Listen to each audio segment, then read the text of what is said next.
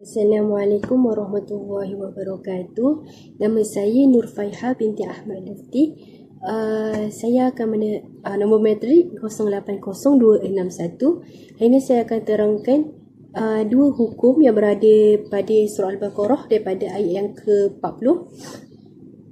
Dua hukum daripada surah Al-Baqarah daripada ayat yang ke-40 hingga 45. Di antara dua hukum yang saya jumpa, yang pertama adalah mad badal, iaitu daripada ayat yang ke-40. A'udzubillahi minasyaitonirrajim. Ya bani Israil, itu adalah mad badal, iaitu huruf hamzah datang sebelum huruf mad, alif waw ya. Huruf mad ini menggantikan hamzah kedua dalam asal kata. Contoh mudah, kata dasar dia iaitu u'minu, dibaca dan ditulis sebagai amanu. Hamzah pertama tetap, hamzah kedua digantikan dengan alif. Ciri dalam Israila ada hamzah pada awal alif diikuti dengan ya, iaitu daripada ciri-ciri mad badal. Maka ini memenuhi syarat mad badal.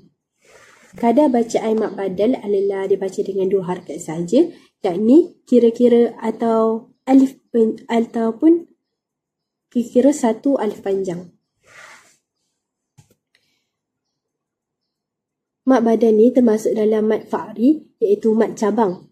Mad badal ini wajib dikenali, tetapi bacaannya tetap dua harakat, tidak lebih. Yang kedua, daripada ayat yang ke-41. A'udzubillahi minasyaitonirrajim. Wa aminu bima.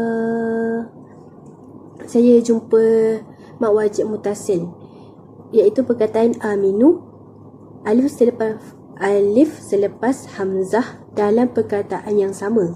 Hamzah hamzah bersama dengan alif menjadikan ia adalah mad wajib mutasil. Mad wajib mutasil berlaku apabila ada salah satu huruf mad, iaitu alif ataupun waw ataupun ya, yang diikuti dengan hamzah. Kedua-duanya dalam perkataan yang sama, dibaca dengan panjang 4 ataupun 5 harakat. Contoh dalam ayat yang ke-41 ni, hamzah di awal kalimah diikuti dengan alif, iaitu huruf mad. Maka ini adalah mad wajib mutasil. Sekian daripada saya. Assalamualaikum warahmatullahi wabarakatuh.